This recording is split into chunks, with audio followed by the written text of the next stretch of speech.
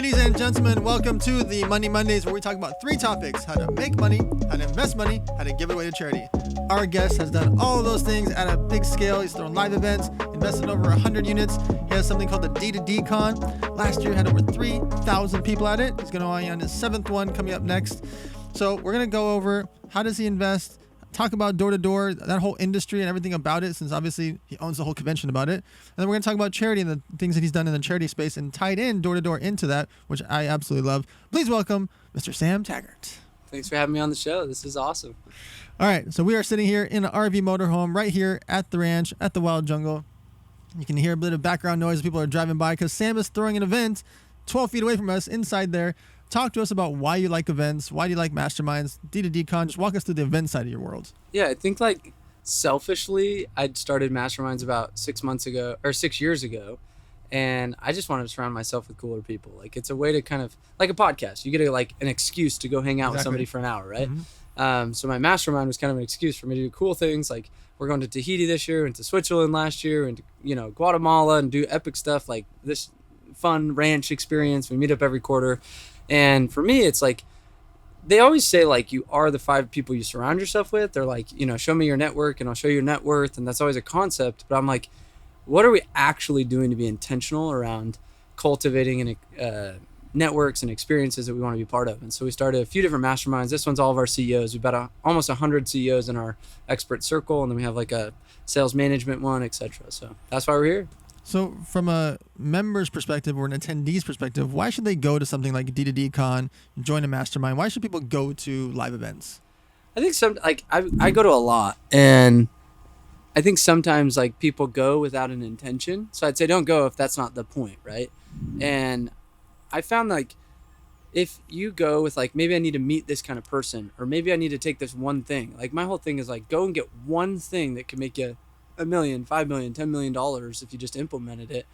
What's your ROI on a $500 event, right? Or I don't know, whatever they charge, right? I just went to Scotland for 3 days and spent $30,000 on a 3-day event. And people are why'd you do that? I'm just because there's other business owners, and who knows what the opportunities, and maybe there's a partnership there. Maybe there's a lesson that I learned, and I implemented this equity structure with my team and profit share, and I took this and now I've already executed on it. I'm boom, that was the one thing I need to take away. Right. That was it. I'm good. I feel like I got my 30 grand worth. So take us back a bit. How did you even start D2D Con? Were you in the door-to-door space yourself? Were you out there knocking on doors? Walk us through, how did you get to D2D Con part 1? Yeah, so I did door-to-door sales since I was 11 years old. Oh, wow. Okay. So that's all I've done. I've never had a W-2. Nobody's written me a wage. I remember the first year I was 18, and I had a curb painting business all through high school. And then I graduated high school. I go start doing alarms, and I went on a 2-year service mission, again, knocking doors in Argentina. And I get a call from my dad. He's hey, you need to pay your taxes. And I was what the hell is that? What does that mean? Yeah, what is that? It's well, you're the wrong number. Yeah, you're a 1099. You should have to file your own taxes. And I had to learn, you know what I mean? I just didn't even know that, nobody ever told me W-2 versus 1099. That was all I did. So fortunately, I've always been a carnivore in a sense of eat what you kill, which is then helped translate into running different businesses, etc. Because I believe everybody's a door knocker. I don't care if you're, running a hair salon to running investments, whatever. The people that are willing to go knock doors and go find the opportunities that lie behind the door are the ones that are winning in this world. So, I did that for 15 years. And then I realized that there was a big hole in this industry, whether it was solar or pest control, alarms or whatever, that there was a lot of bad mouthing and slander, and everybody's oh, you're a door-to-door sales guy. When are you going to get a real job? And I was what do you mean? This is a real job. We make great money. I was a millionaire by 23. What do? You know what I mean? And I was getting all the shit, and I was no, that's not cool. So I started this mission to unify, up-level, and bring honor and integrity to the door-to-door space. And that's where D2D Con and D2D Podcast and D2D University and all the masterminds and everything's kind of stemmed from that. So when you say make great money, can you walk us through? I've heard stories. I've seen, I've spoken at a lot of solar events and pest control events, and I see some kids with 21, 23, 25 years old with Teslas and Ferraris and Bentleys. I'm what the heck's going on? Can you walk us through just not all the glitz and glamour? Walk us the real numbers. What can someone make working door to door? 0. You would get your face kicked in. If you were a lazy piece of shit, $0. $0. And that's why I think a lot of people are afraid to do it is because there's no base. Right. And I'm like, well, there you go. Break out of the vortex and realize that the entrepreneurs of the world and the people that are actually creating value have ultimate job security, and nobody's going to fire me working for their sales company because it contributed millions and millions of dollars. So I'm of course entitled to a good portion of that, whether I'm selling solar or pest, alarms, whatever. So I was the number one rep at Vivint. And just in personal sales that year, I mean, this was 2014. Now commissions have even gotten better. This is in alarms. You know, I was making over $500,000 a summer. So it's like, wait, $500,000 in a summer? Summer, 4 or 5 months. Oh my God. So I'd go play. I went to Bali for a month. I went to Europe for a month. I go Right. snowboard every day. And then I go sell for 4 or 5 Right, months. and I go knock. And people are like, I mean, granted, I'm an outlier, but like, I think people shit on that. They're like, oh, you're a door-to-door, or that you see them come to your house and you're like, you're a piece of crap. I'm like, they're actually willing to do what most people aren't willing to do in hopes of a commission, in hopes of a better life. Like, it's a kind of an opportunity to break free. Whether you're selling roofs or pest, or, I mean, there's a million things, water softeners, windows. I mean, I could list off so many things.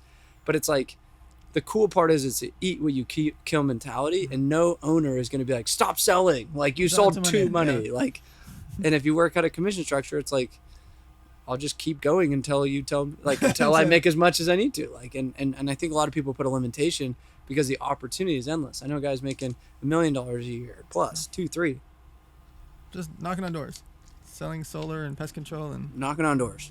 so bottom line is zero. They can make Yep. zero. You make zero. If you're a piece of crap, and I'm going to say this like this, I would say so many people think they're so cool until they go get their face kicked in for a week, Yeah. and then you're like, oh, I'm not that cool. Yeah. Like, it's a huge reflection of your mental toughness, your emotional resilience, your actual like commitment to something, where they give up after 3 days and they're like, I can't do this. This isn't for me. I'm like, Right. wait, you're telling me that there's $1 million opportunity in front of you, and you're going to pussy out after 3 days? Because 20 Go people back. said no. Yeah, because 20 people said no. Go put your tail between your legs. Come on. So that's what's fun about our industry is, like, at D2D Con, it's a bunch of badasses because they're willing to get their face kicked in year after year, door after door, and they make good money. So it's fun. Walk us through like that first moment, right? People that are nervous, the hardest part, whether it's to get on stage to speak or to get Cold to that call, first, yeah. right?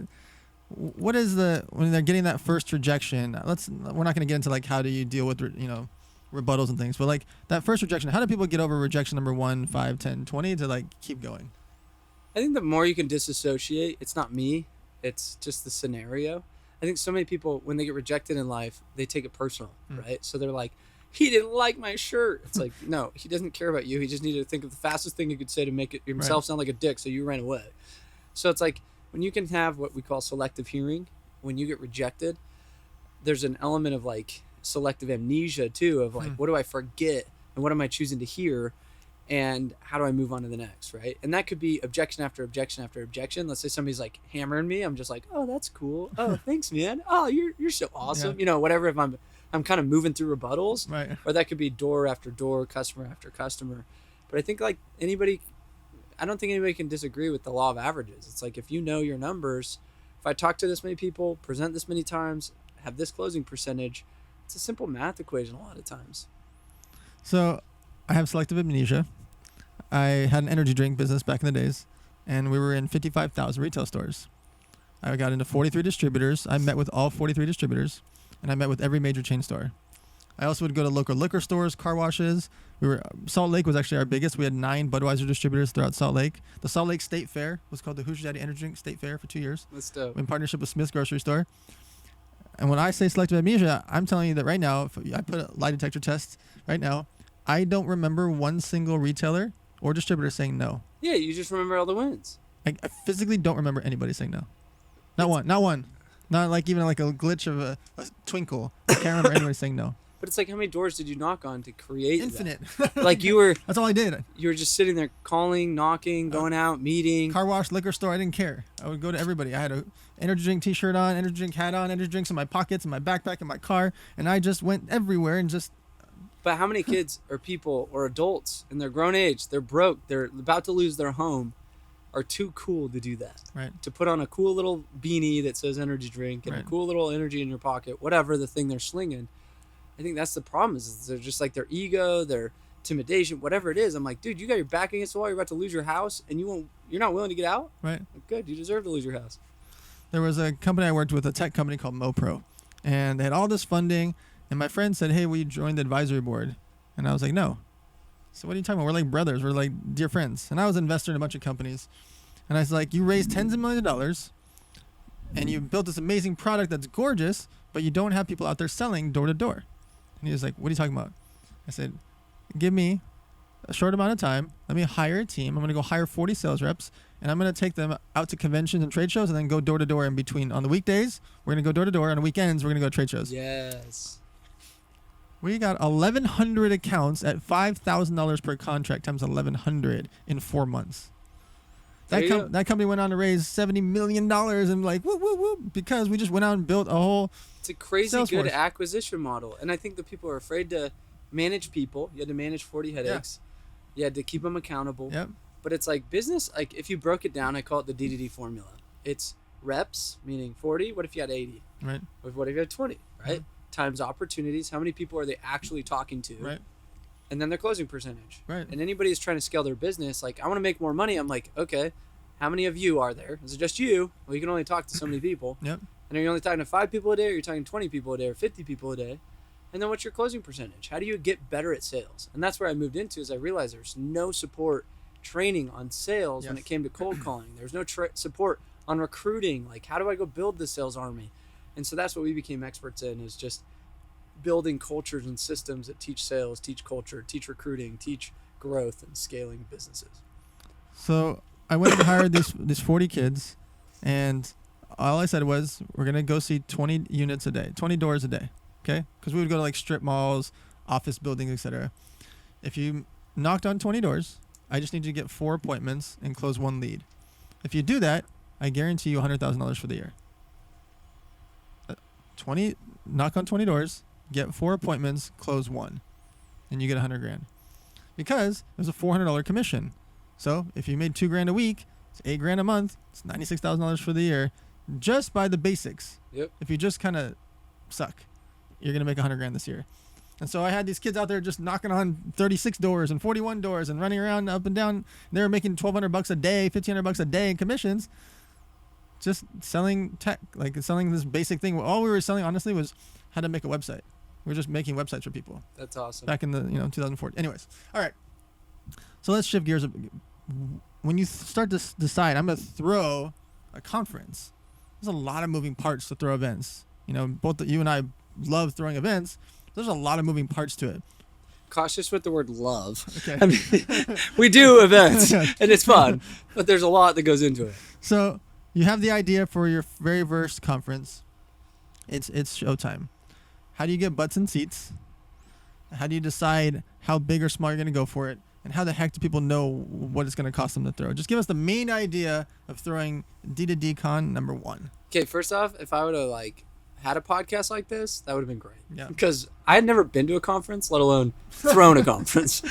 We have vendors. We got we're Booth renting sponsors. out a huge convention center, and I was like, oh my gosh, to hang the pipe and drape costs $40,000. I'm like, we're talking putting up some pipes and some Wait, you want us to move the chairs for $200 a chair? What are you talking yeah, you're about? like, why? Can I just move them? No, you can't touch them. It's the union. Yeah. You're like, what do you mean? What is the union? Yeah. You're like, what is the union? What is that? Why does it take 2 guys to move 1 chair? Yeah, you're like, what is this? So first off, had no idea, but I think that imperfect action is better than perfect inaction. So I had this mission where it was calling me, and I didn't want to do it. I literally was in the desert for 3 days on a meditation retreat, kind of the woo-wooism or whatever. Day 2, I'm fasting for 3 days. And I had a vision, and it was me speaking on this big stage, and I was like, what is that? What is that? I was the VP of sales of a solar company at that time. And I was like, wait a minute. And God was just like, hey, throw this event. I'm like, no way. It's going to be a straight up boxing match. People are going to kill each other. They're so competitive and cutthroat. They're all taking each other's reps. Right. It's a very competitive world, especially where I come in Utah. And I was like, I put it off for a couple weeks and just kept eating at me. So first off, step 1, don't throw an event if you're committed to the long term of throwing the event. I think people think, I'm going to throw this event and make a ton of money. I didn't make money until year 4. Sure. So it was okay, this needs to be an industry conference, because yet there is no industry conference. So I'm going to create this new ocean. And the first year lost like 30 grand. And I was like stoked on that. Like I was like, I only lost 30 grand. I didn't lose my shorts. Right. It's huge for your brand. Yeah. And I was like, the marketing would have been worth the 30 grand alone. Like I had 800 people there. 800 your first one? My first one. Wow. Okay. That's big. So my first one, I'm thinking we're 3 weeks before the event and we sold like 200 tickets. And I'm like, yes, if we could get 500, I was stoked. Right. I was like, dude, 500 in a room. That was like a big goal for me. Because to get 500 people your first event would be a really good event. For sure. Especially when people are paying 100 to 400 bucks or 300 bucks, right?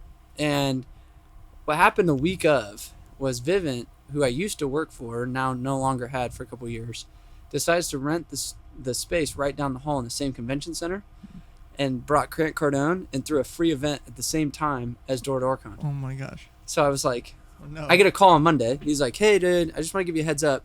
We're actually throwing an event. We couldn't do it at the Vivint Arena, so we're going to do the Salt Palace same time. Just bring everybody for free. I was like, no, this can't be true. I was like, are you effing kidding me? So I like hang up. I'm like, I call my buddy at Vivint. I was like, dude, is this happening? Do you know of like a good speaker coming in this weekend convention? He's like, no, I haven't heard anything yet. I'm like, you would know if you're going to put $100,000 into an event. Right. So I hang up. He calls me back 2 hours later. He's like, dude, is this what you're talking about? Oh, he's like, that's messed up, bro. Like, and they had a big lettering that said #OnlyVivint, and there was like a recruiting event, and they were doing everything that I was against, where I was #OnlyUnity. The mission was very pure, and I kept it that way. Even during the event, I just didn't even say anything. Like, I was just like, shut your mouth, play the high road. And you see like I'm zenning out. I'm like, okay, and half the room kind of like slowly leaves. Yeah, of course. But what's crazy is like, it actually helped rally everybody. And the reason I say this is it's like, number two is you got to have people that are willing to rally behind you. Like what you do really well at events is you get us all involved. You're like, bring your audience, you bring your audience, right. You bring your audience. Give me a reason to rally behind you. Mm-hmm. And everybody hated the Vivint Orange Giant because they're the bulldog in the industry. And so when they heard that, all of a sudden people were like, F that, I'm coming. I get calls from like owners of these big companies. They're like, I'm coming. Do you need me to speak? What do you need me to do? I'll buy 50 tickets. And like, wow. All of a sudden I was like, wow, this like pain turned into like kind of a blessing just to stick it to them. Right. And like my buddy Satema, you might know him. He like calls me. He's like, let me speak at the same time as Cardone. And like Cardone gets there. He like turns the corner. He's like, they're like, no, that's the wrong way. He's like, what's that? Mm-hmm. He's like, oh my gosh. Like it was like a crazy mess. And then like it backfired on him because they kept saying like, why wouldn't you work for us? And it was just like this ego-driven event. And half the people left halfway through the event of theirs and came back. And I was like, it was a testament of like, if you're going to throw an event, what's the mission of the event, right? Like, does it have a purpose? Or is it just for your own clout and just another business conference? Is it like, where mine was to unify, to up-level, to bring honor. And it was like needed. Like there was a true pain point and it created controversy. So still to this day, I text the CEO of Sunrun and he texted me back. I was like, hey, you should have him come speak. And I was like, he's like, well, I don't know if there's a conflict here. And I was like, what do you mean the conflict? You're one of the largest door-to-door companies in the country. And our mission is to unify and up-level and bring honor and integrity to the door-to-door space. Why wouldn't you want to participate in that? How's that anything conflicting of what you stand for? Well, it doesn't really brand for us and blah, blah. I'm like, scarcity. And I was like, what's fun is you can build an event that creates polarity. It creates opposition. It creates noise.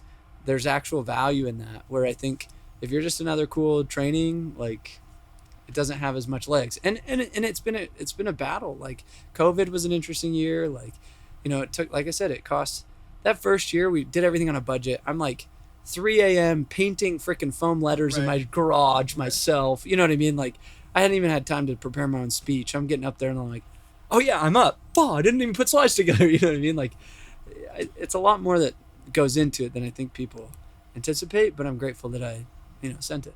And so now, as you just had 3,000 people at your last one, what's the future of D2D Con? I think the goal would be, there's these industry conferences. Like, it's fun. When you create a new ocean, other people start following suit, right? Yeah. So SolarCon's popped up, RoofCon's popped up, all of these other like side things.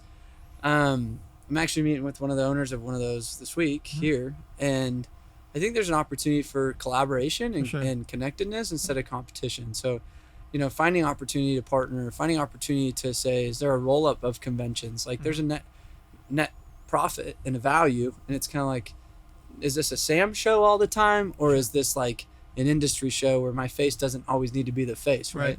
So I think it's just creating strategic partnerships of, I mean, even you and I, like if you're throwing these big personal developments, instead of like, let's do them on the same weekend, Right. or I just went to his thing 2 weeks ago. Like, why would I go to your thing? I just Right. flew over there.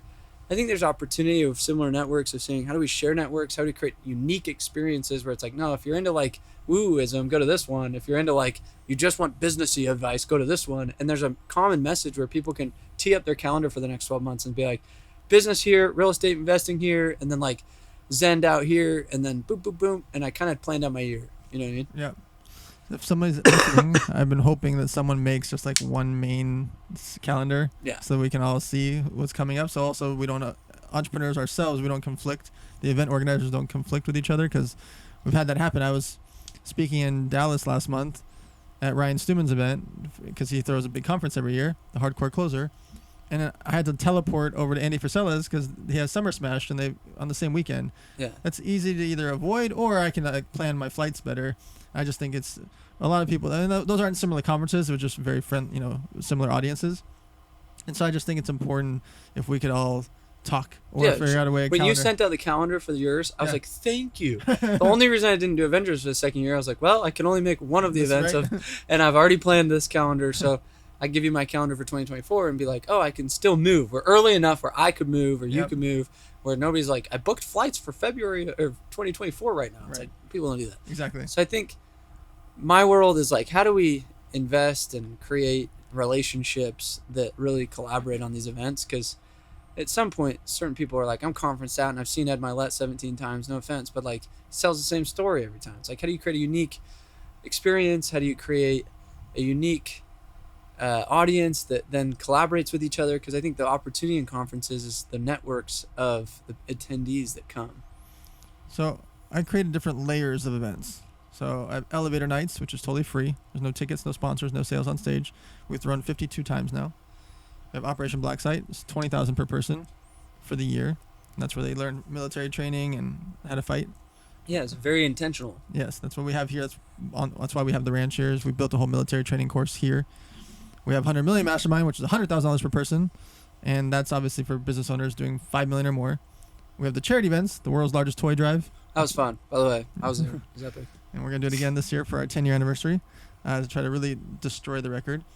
But I think it's important because it allows people to be able to go to a free event, a super expensive event, a charity event. I just want people meeting each other. Yeah. Once stuff happens. The group text that you have for just Utah legends, one, I feel like badass. I'm like, I'm on this text, yeah.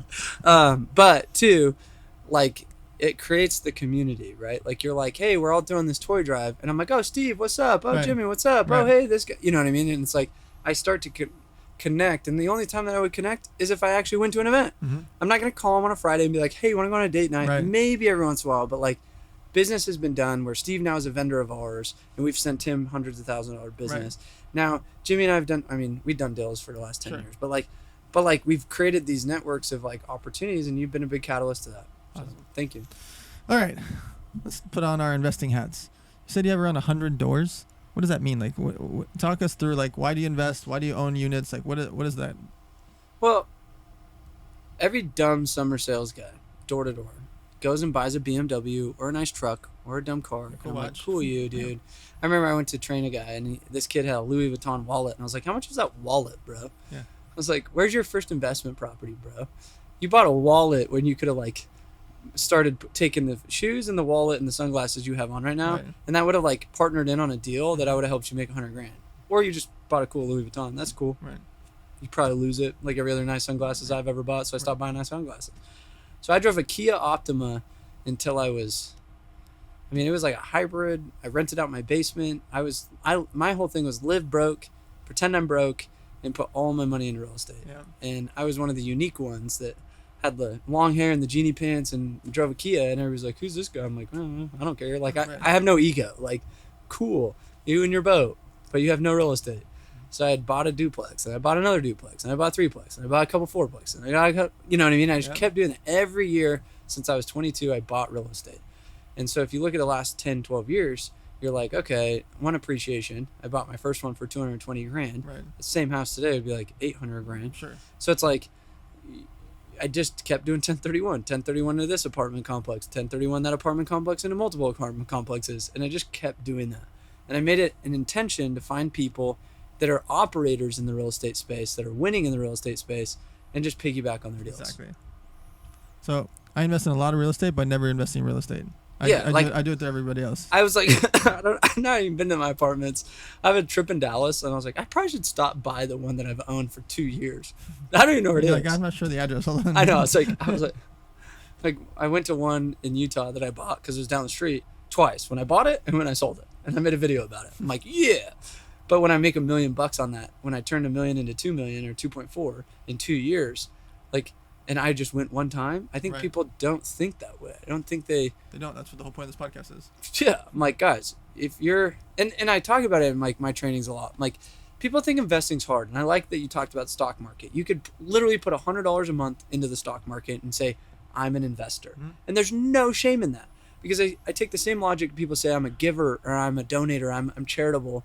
If you're not charitable when you're broke, you probably won't be charitable when you're rich. Mm-hmm. If you're not an investor when you're broke, you probably won't be an investor once you have money. You'll probably just keep spending it and you'll still be broke. Yep. And I think if you just started to change the mindset around the money of investing of like, I'm an investor, whether it's $100 this month or $100,000 this month, I'm putting aside money to be an investor and just find those vehicles that fit your quantity or risk tolerance. So I've said this story before at events, and it's based on what you just said. I went to this old man's house. I'd known him for many years, but when I got to his house, it took like 6 minutes to get up the driveway. That's how rich he was, just to give you an idea of how big this house was. And I asked him about his business, and he said he never had a business. All he did was every year he bought a house or a condo that was only like 100K to 200K. And the next year he bought another house for 100K to 200K. And then on the year 3, sometimes he would refinance one of the first houses and take that money out and buy houses 3, 4, and 5. And he was old. And he was like, after a while, I had hundreds and hundreds and hundreds and hundreds of units, and I never sold any of them. I just keep buying cheap places over and over because people are always going to need cheap rent. It's huge. And this guy's house had a 6-minute driveway. And so I still think about that every single day because it's mind-blowing how simple the concept is. Because you did it. I did it. You just, every year. 10 years, just kept buying another one. Duplex, triplex. All right, guys. It's important to have these discussions because we all grew up thinking it's rude to talk about money or money is the root of all evil. When in fact, we just talked about what money can do for charity. You get to travel, you get to throw events, it pays for your car, gas, food, your mom's health situation. Like, money is useful for so many different things. The evil part is tiny that very few people actually do, but people try to focus on that part and forget all the things that money actually does as a function. I want to tell you one quick story because it's relevant to this. There was a young men's pastor a youth leader that came to my class, 30 of us when we were 14, and he owned a ranch like this. So that's why I was like, oh, we're in this ranch. We called it Fogg's Ranch. I was in Fresno, California. And he came and he said, I will set up a stocks trade account, like an investing account for everybody in this class. And tomorrow I'll match the money that you bring me. Wow. So if you bring me 1,000, I'll give you 1,000. You bring me 100, I'll give you 100. Out of 30 kids, I was the only one that showed up with money the next day. And what's cool is he sends me a message. So I was thinking about this, like Fogg's Ranch, and I was here and I was telling like Shannon about this. He sent me a message about 2 years ago. And he goes, you remember that one time when I actually helped you set up your first Scotts trade account? Because he talked about compounding interest. He's like, if you're 14, you get $200. When you're 50, this is going to be something. A lot. Yeah, I mean, we're talking like he just showed us the principle of compounding interest. So I had that. I still have the Scotts trade account. Oh, really? Yeah. That's fun. And he calls me and he's like, hey, I just want, like, I then since moved right after I graduated high school. But I'm talking like, he hits me up on Facebook and he's like, dude, out of all the kids, I still tell the story when I public speak. He's like a big speaker now and he's done some cool stuff. And he's like, you were the only kid that invested. And he's like, look where you're at today. Right. And I think like if you're not teaching your kids this principle, like I have an app called Greenlight that teaches kids money and it gives them like actual credit card kind of thing. If you're not helping the mindset of being an investor young, I think you're doing yourself and your family a disservice sometimes because he's now gone on to have charities and host ranches like this. And, you know, I look to guys like you and I want to be that guy that like, yeah, I can I just paid for my in-laws to go to Hawaii 2 weeks ago. You know what I mean? Like I want to be the one that says, hey, I have so much money I can give whenever I need to. Yep. All right. Last topic. We talked about how to make money, how to invest money. Let's talk about how to give some of it away to charity. So charity is not always about money. It's also about sweat equity, your cell phone, energy, rallying the troops, like getting people together behind a cause. You have a cause that you're passionate about, and you tied it in with your actual industry and business. Walk us through what your charity is and give us the background. Yeah, so it's called Street Smarts. So you can find it at streetsmartsu.com. So if anybody's listening to this, has a high school kid or a middle school kid, we'd love to get them involved. What it is I was like, what made me different? Like, why am I successful? It's because I painted curbs all through high school. So I was like, what if I could give people a simple business model to where it wasn't like the business entrepreneur class where like, I've invented this app that's going to cost me $1 billion and some rating on it. Right. I was like, what if I could help you start a business right now? And you start making money. Instead of working at Everbowl, you go work in your own business, whether that's lawn mowing, painting curbs, window cleaning, car detailing, things like that. So we have courses online, and then we have twice a week, we have a mentor that actually meets with them. So we do these 6-week kind of turnarounds where they meet twice a week, they have a class, virtually and in person in Utah, we have our mentors. But it's like, we want to have like a handhold, here's your business, let's have some mentorship on how to teach young kids to learn street smarts, not just book smarts, which I think so many people put so much emphasis on book smarts. But I'm like, there's a good combination. You got to learn how to get rejected. You got to learn communication skills. You got to learn like business and accounting. And, I found the other day, my dad like brought over the laptop with a hard drive, and it had all of my accounting ledgers from when I was 13 to 17 of all my curb painting. I had 11 of my buddies working for me in high school. Wow. So we called ourselves the Gutterman. Like, I'm not talking just like every once in a while I go out. Like, I had 11 employees that are, Holy moly. I'd say it's $15, you keep 7, I keep overhead and profit. Like, I had stencil kits, I give out area, I had them bringing the cash. Like, it was a thing. Yeah. And I was like, man, like, I learned management, I learned people skills, I learned dedication, I learned to get myself out on my bicycle, to go to a neighborhood to knock doors. I learned all of that at such a young age. And I was like, what if I could build a platform, it's nonprofit, that can help parents plug their kids in to not just summer camp where they go play soccer. Right. I'm like, what if you got them learning how to make money and manage money? That's amazing. I know. It's dope. I love it. It's dope. All right, guys, you're listening to the Money Mondays. Make sure to follow Sam Taggart across social media, especially on Instagram. Check out the D2D Con, all the things he's doing. streetsmartsu.com if you have any middle school, high school kids that want to learn how to make some money and have some real functional charity. It's not just like charity. They're actually going out there and learning a lot of skills. But we have one request every single time here. We need you guys to have these discussions about money with your staff, your friends, your family, your followers, etc. We need to have these open discussions. It's really important for us as a society to get through these hard times in our world and get through the chaos that's going on out there by having a discussion about money. So visit us at themoneymondays.com. We do a live Q&A every Monday at 4 p.m. PST, which I'm about to go do right now. And share this with your friends. Make sure we have discussions. Follow Sam Taggart, and we'll see you guys next Monday. If you put in $100,000 and you're making 7% of $100,000 on a 7 cap. A 7 cap means you're making 7% of what you paid into the deal when you pay a property cash. The cap rate is the amount of money that you make as a return on your investment.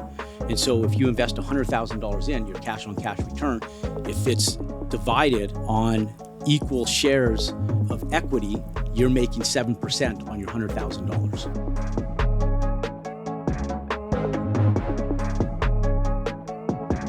Ladies and gentlemen, welcome to a special edition of the Money Mondays, where we talk about 3 topics: how to make money, how to invest money, and how to give it away to charity. Today's guest has over $600 million in real estate assets under management. You are in for a treat to talk about all things real estate, money, investing. Please welcome Mr. Jerome Maldonado. Thank you, Dan. Appreciate you having me. It's exciting to be here, man. Okay, when I say 600 million, talk me through that. Like, when people are out there listening, that just sounds like a lot. Like, how does it start? Was the first investment a couple $100,000, a couple million? Like, walk us through the beginning of how the heck you got to this place.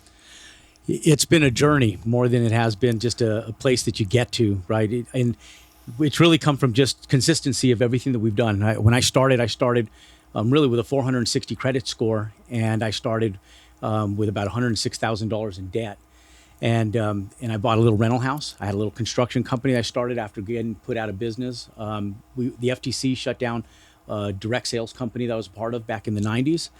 And I started in 1998. And it's 25 years of just consistency and just little assets growing from one single family home to duplicating it to 2, then 8, then 12, and then taking that money at the same time and revolving it into commercial assets, retail, getting crushed by the recession, thinking that we were going backwards. Well, we were actually pedaling forward. And it's actually the 2008 recession that really perlayed us. And then it was a decision that we made in 2016 that I was stagnant. And it was the means of us going out and actually scaling our means of creating capital from investors. And then from 2016 to where we are today is really where we expanded and grown. I learned a lot along the way. All right, guys. So we like to keep these episodes to under 40 minutes because the average workout is around 45 minutes and the average commute to work is around 45 minutes. So we like to make these episodes just under 40 minutes so you guys can take it in at home.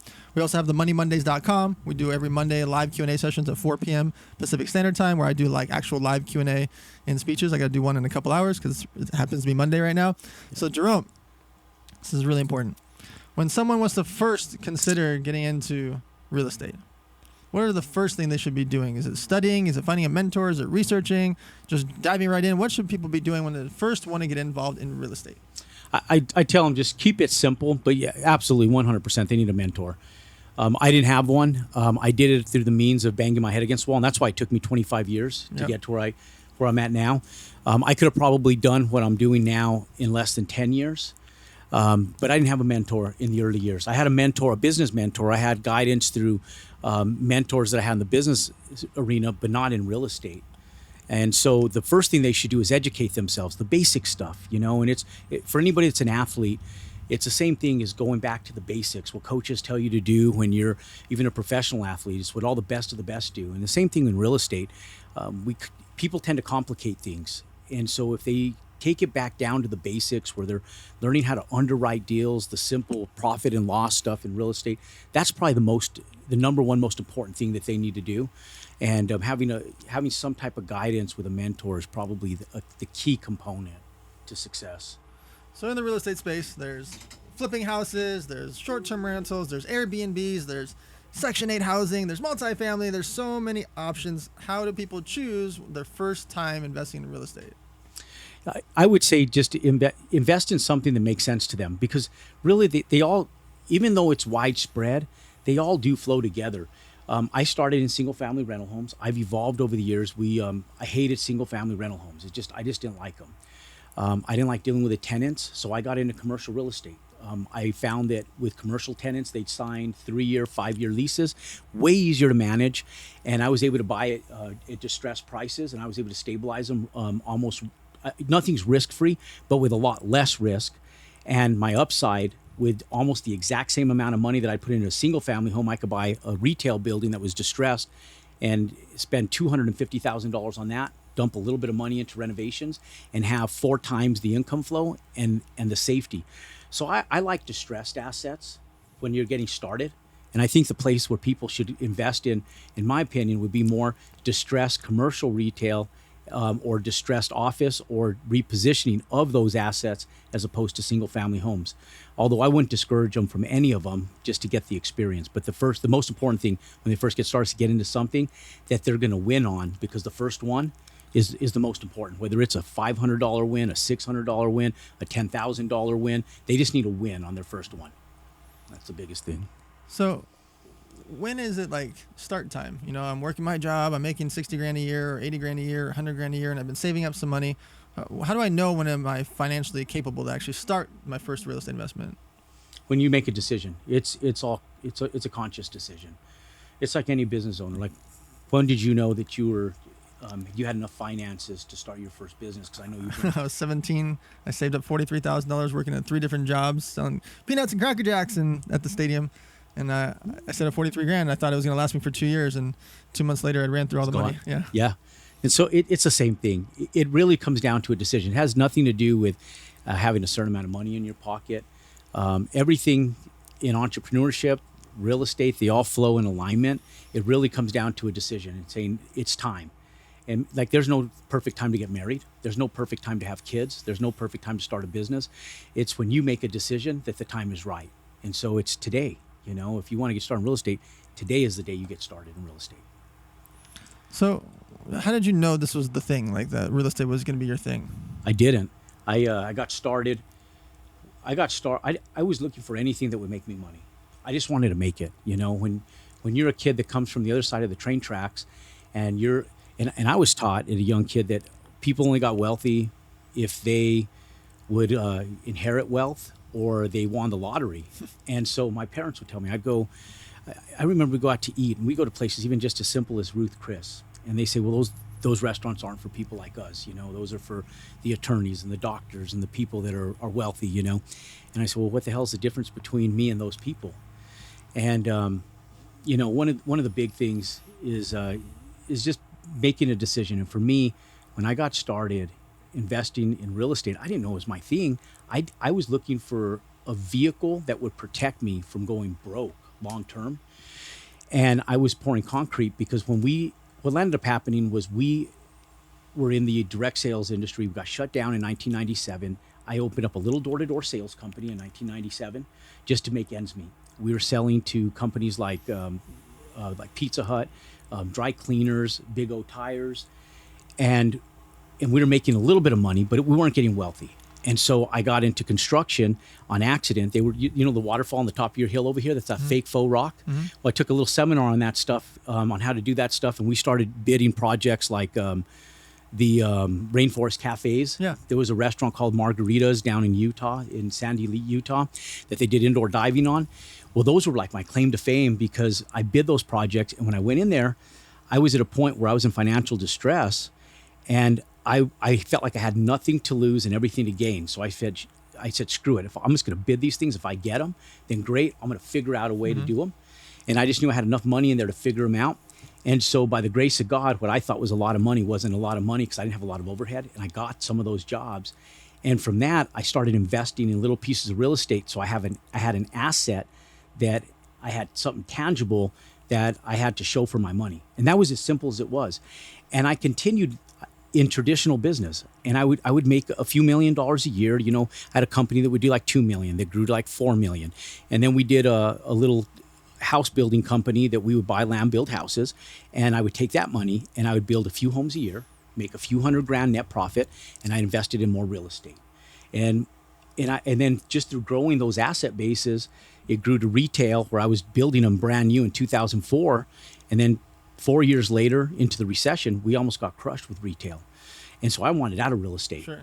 I wanted out, but I needed a means to be able to pay for all this stuff without going bankrupt. So I started buying more real estate in Phoenix where it was really financially distressed. And we started picking up like single family homes for like $25,000, $40,000.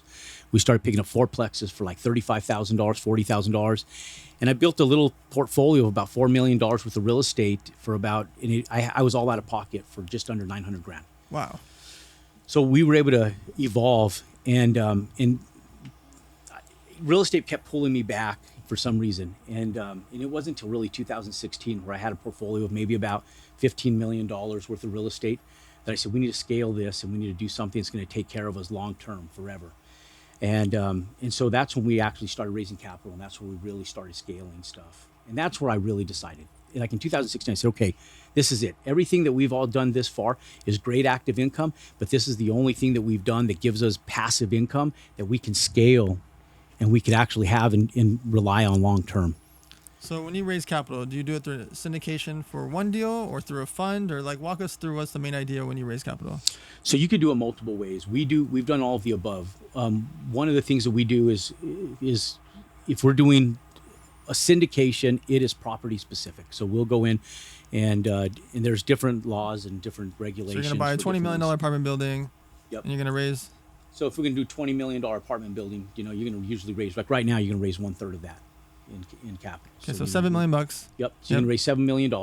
You go to your SEC attorney. Yep. And if you could either do it with friends and family, you can do Regulation 506B through friends and family, or you can advertise it and you can do a 506C. And so just depending on what your bandwidth is, like you're a social media person. So if I had bandwidth with social media, I would go more after the 506C because I can go out and raise capital through the means of people I don't know. If I want to, if I have a big network of wealthy people, or not even wealthy people, but I'm going to meetups and I'm going out and have relationships with other people that are in real estate, I can do a 506B and just do friends, family, and colleagues that are through a 506B, and I can raise it privately. And so when someone invests, let's say I'm the person at the event, and you say, hey, Dan, put in 50 grand, 100 grand, 500 grand, a million, whatever the number is. What is an investor? What should I be looking for when someone approaches me with a syndication deal?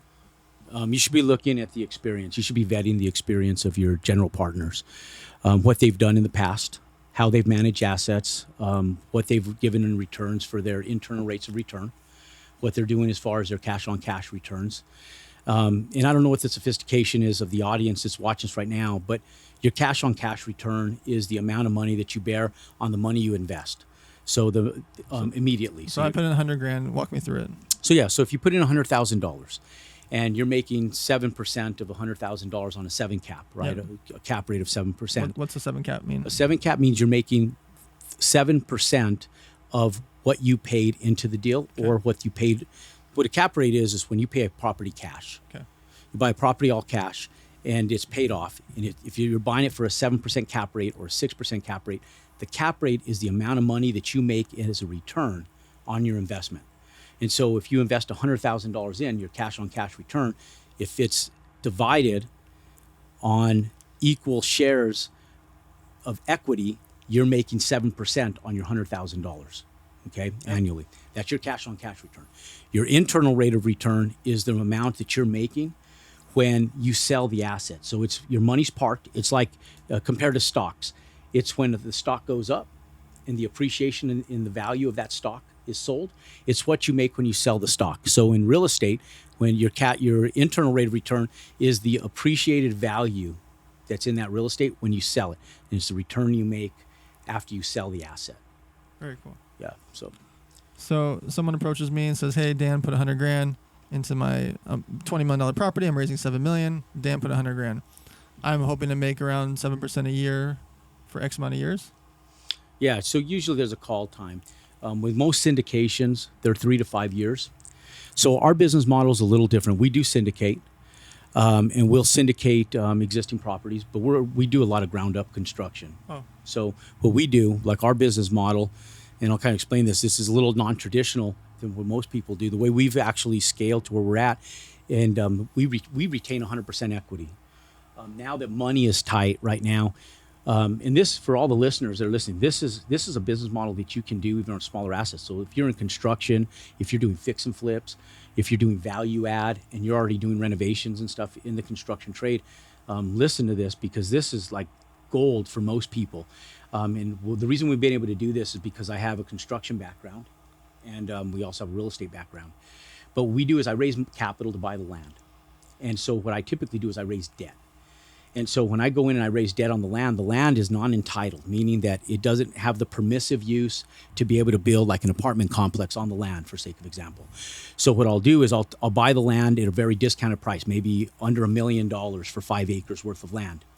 And then what I do to create value in my land is, and I'll maybe raise $2 million so I can get through entitlements, which is the actual permitting process, where we pay for architects, engineers on, like, let's say a $20 million to $50 million development.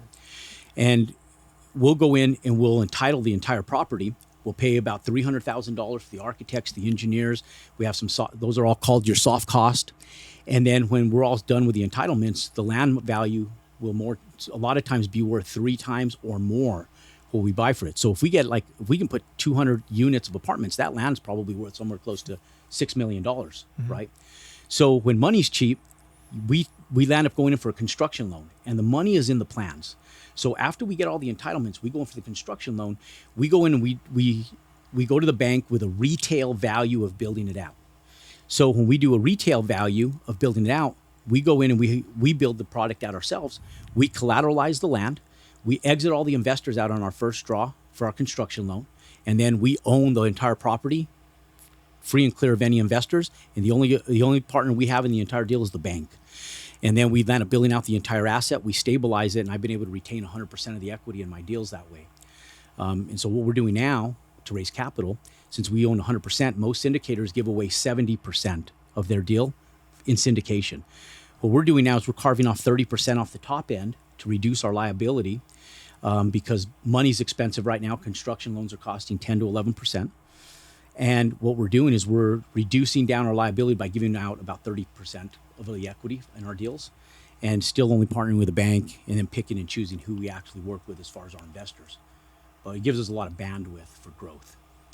So I'm at that same party. Someone says I got a $20 million property. I need $7 million I'm raising. Dan put $100,000, but they offer me like 19% a year or 23% a year. What number is like too good to be true when it comes to syndication deals? So when you say the percentages, typically anything over 12% is typically too good to be true, unless you're talking about your internal rate of return. For an internal rate of return, because it's not based on an annual basis.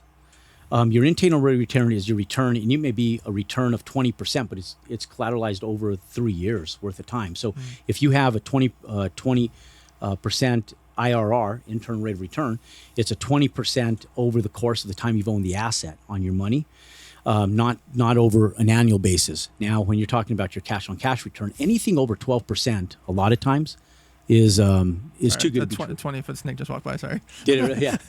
We're live here at the ranch right now. There's a big snake that just walked by. Go ahead. Sorry. That's awesome.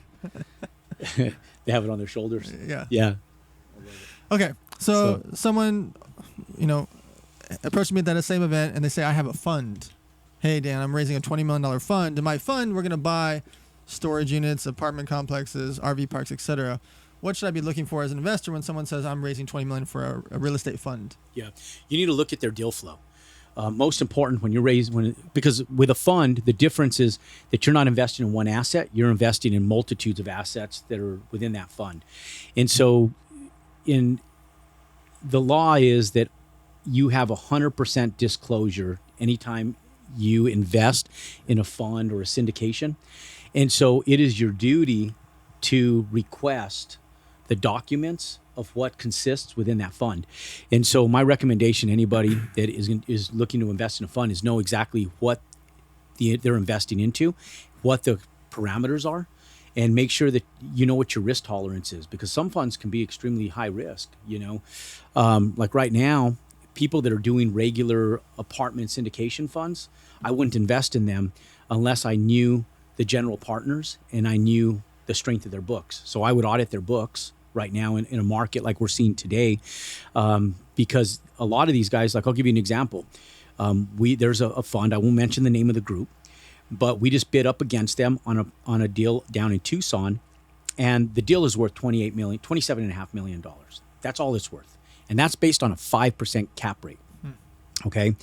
And that thing sold for $34 million at a 5% cap rate. And it's because they have inventory already in that market. That was the justification of the brokers. But the reality is that the return on investment, you can take your money right now, Dan, and as you know, you could put it in the bond market and get 4% right now, and it's safe. Why in the world would you go in and write a 5 cap that's not even a real 5 cap? Because once you dilute it to $34 million, you're probably at a 4 cap, and put that type of risk out, when you can just stuff your money in a bond market and then just get a return in 2 years, 3 years that's safer than investing in some fund, right? So you got to be careful. You got to make sure that you yourself have a little bit of knowledge on underwriting some of these deals, and that you really trust and vet the people that you're working with for their experience more than anything. So the person that's managing the syndicate or managing the fund, what is the typical fees I should be looking for when they approach me? For the fees that they're taking? Yeah. Well, yeah, some of these guys, they make a living on their fees, and that's one of the reasons they'll continue buying deals. And so 2.5% is good. Some of these guys will charge as high as 6%. Whoa, that's a big difference. It's a big difference. Yeah, it's a big difference.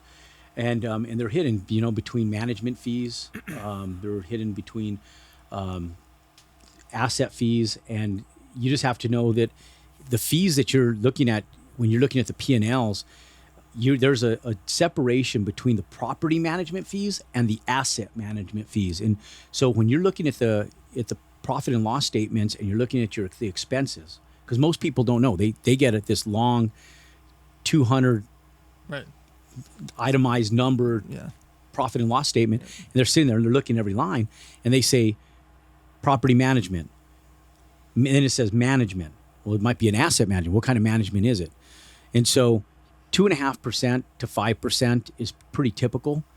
You start getting outside of that realm, it becomes pretty high risk. You know, these guys, they're making their monies not on the actual real estate, they're making it on the management fees.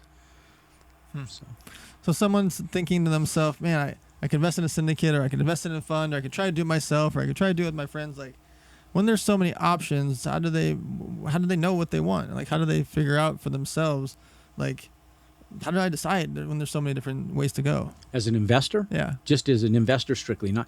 So there's obviously REITs that people can invest in, right? So those are publicly traded, and you can go in and you can get a 3.6% return with BlackRock right now on a dividend, you know? So when you look at it, you have to look at it from a perspective. And I'm a bad person to ask this to, and the reason why is because I'm very conservative when it comes to investing.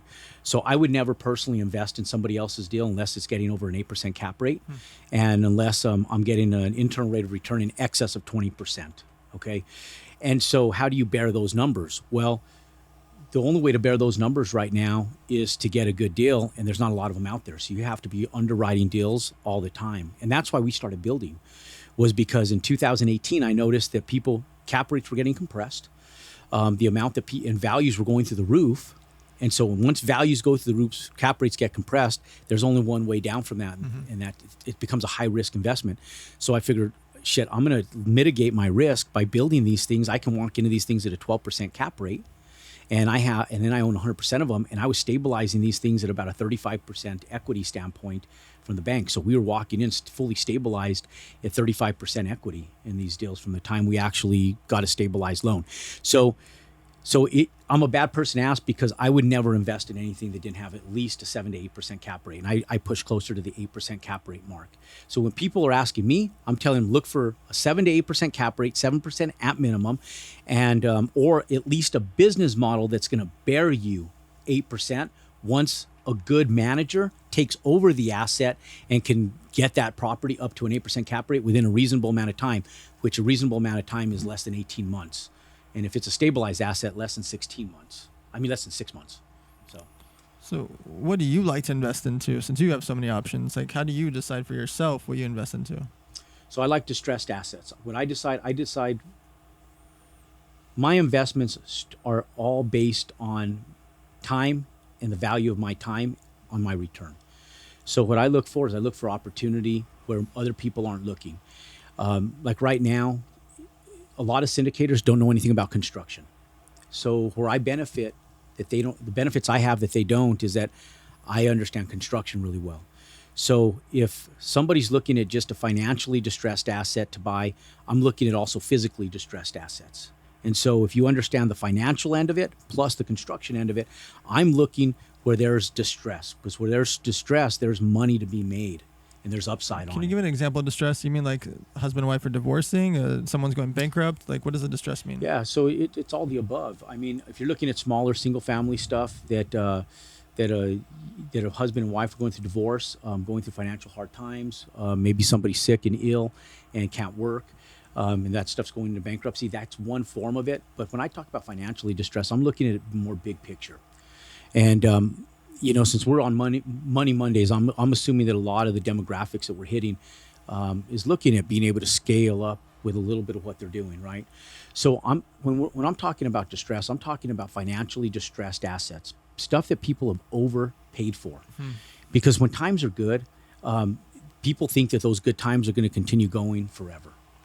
And you and I both know that that's not the case. You've lived through a couple recessions. I've lived through 3 recessions, and you get bottlenecked. When money's good, times are good. When money gets tight, when money gets expensive like it does now, distressed assets become extremely attractive. And when I say distressed, I'm not just talking about physically distressed. I'm also talking about financially distressed. Because financially distressed assets come when people have over-leveraged themselves. And right now, there's a lot that's coming to the market where people had, for example, 5-1 ARMs, which is basically what that means is it's an adjustable rate mortgage. After 5 years, it becomes adjustable to the market. So if they had it at a 2.5% or 3% interest rate, and their note is now called, and now they're on a fluctuating rate mortgage, they may be paying 7% on that. Now, if they bought that asset at 4% return, how do you pay a 4% return if you have a 7% interest, right? You can't even afford your debt. So now it becomes a financially distressed asset because you don't. There's a teeter-totter effect. Where do you get it back in alignment? And that's where we come in. So if it's financially distressed, through the means of relationships and shopping for this stuff, we're able to come in and offset that balance and find some of these deals where they're financially distressed and people can't do them. They're staring bankruptcy in the eyes, and it opens doors and opportunities for investors, from single family to multifamily to retail to office and all around. All right, so we talked a lot about making money, investing money. We like to wrap up when talking about giving some money away to charity. Yep. How do you decide for yourself what type of charity you invest into? And for the listeners that are out there, how can they look around to make decisions for themselves about what type of place that they can donate money to? Yeah, so that, I think each individual, it's where your heart sits, right? So early childhood development for me is real important. I grew up dyslexic. I was never a straight A student in school. In fact, I was always the kid that was throwing spitwads to get out of reading in class, right? So I'd rather sit in a corner in trouble than have to read aloud in class. So early childhood development for me, I think sometimes charities are right at the heart of who you are as a person. My wife, it breaks her heart when she sees homeless mothers and there's kids or animals on the street. I know you do a lot with with the homeless. So I think you have to pick a charity and do something around where your heart space is. Yeah, so I started the homeless charity 10 years ago. It's called the Model Citizen Fund. We make backpacks for the homeless. Yeah. The 150 emergency supply items inside. Half of it's food and drinks. The other half of it's poncho, watch, sleeping bag, cleaning supplies, books, etc., to help them get back on their feet. We've given away millions and millions of items to the homeless over the years. And then the other passion we have is called Trina's Kids Foundation. We do 4 charity events per year for the last 9 years. We do a back to school day drive where kids bring in we get them backpacks and things like that. We have a report card day. They got to bring in their report card. And so depending on the level of the grades and what kind of prizes and presents that they get, we do a Thanksgiving food drive, which is really big every year. And then our biggest thing is the toy drive. Last year we broke the Guinness Book World Record for the largest toy drive in history. This year we're going to try to do 10 cities because it's our 10-year anniversary. Yeah. So we're going to go crazy and try to do it all over the country. But the toy drive is my passion project. The charity that I run is Model Citizen Fund, is for the homeless.